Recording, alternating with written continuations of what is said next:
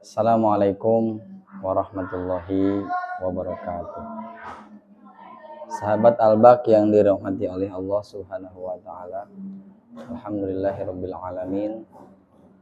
Wa bihi nasta'in wa ala umuri dunya waddin. Wassalatu wassalamu ala sayyidina Muhammadin wa ala alihi wa sahbihi ajmain, amma ba'du.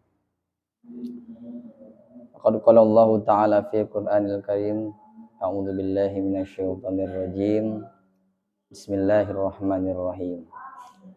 Wal 'asri innal insana lafi khusrin illal ladzina amanu wa 'amilus solihati wa tawassaw bil haqqi wa tawassaw bis sabr. Al-ayat. Limpahan puji kehadirat Allah Subhanahu wa taala yang tentu dengan segala karunia-Nya, alhamdulillah Allah senantiasa melimpahkan karunia kenikmatan kepada kita semua, terlebih nikmat iman dan Islam yang menjadi kunci akan keridhaan Allah yang akan mengantarkan kita selamat dunia dan akhirat.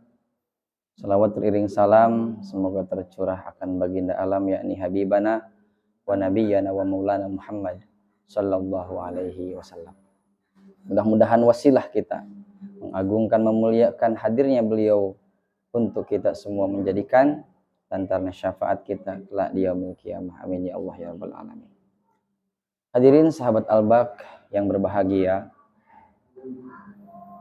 Allah berfirman dalam Al-Quran surah Al-Asr yang tadi saya bacakan, wal asri, demi masa, innal insana lafi khusr, sesungguhnya manusia berada dalam kerugian, illal ladzina amanu, kecuali orang-orang yang beriman, wa amilus solihat, dan orang yang senantiasa mengamalkan atau beramal kebajikan, wa tawassaw bil haq, senantiasa saling menasihati dalam kebenaran, wa tawassaw bis sabr, dan saling menasihati dalam kesabaran.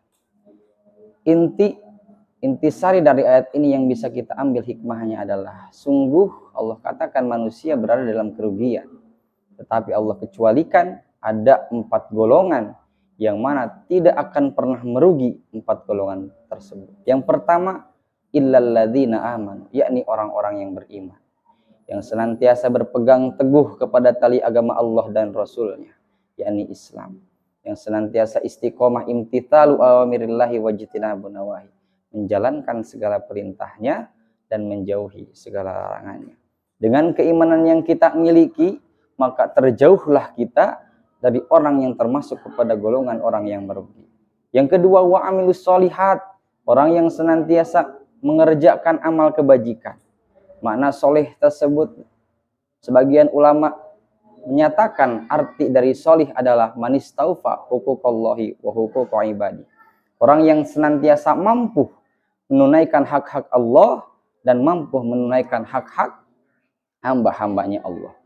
Dalam artian senantiasa mengerjakan segala apa yang Allah perintahkan dan menjauhi segala larangannya, dan tentunya bersosialisasi, bermasyarakat dengan baik terhadap sesama manusia. Ini penting dalam kehidupan kita, tentulah karena manusia tidak mampu hidup sendiri sehingga butuh kepada orang lain. Maka dari itu penting membangun hubungan sosial bermasyarakat.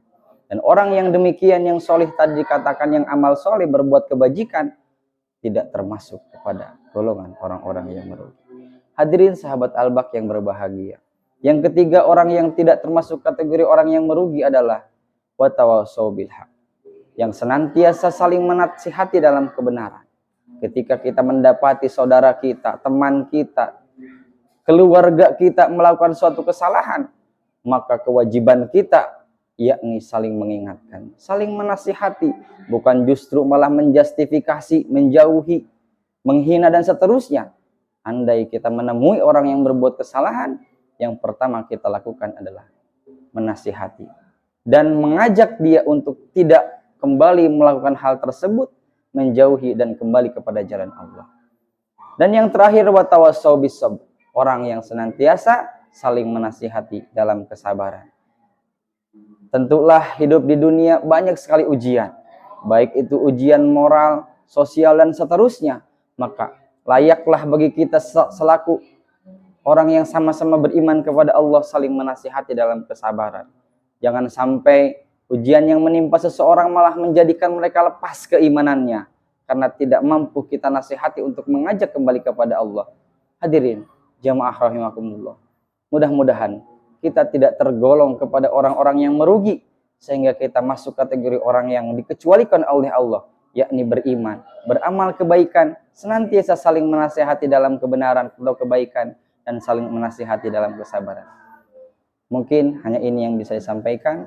Mudah-mudahan ada hikmah yang bisa diambil dan kemanfaatan yang senantiasa tersalur. Assalamualaikum warahmatullahi wabarakatuh. Syukron ya Rabb, syukron ya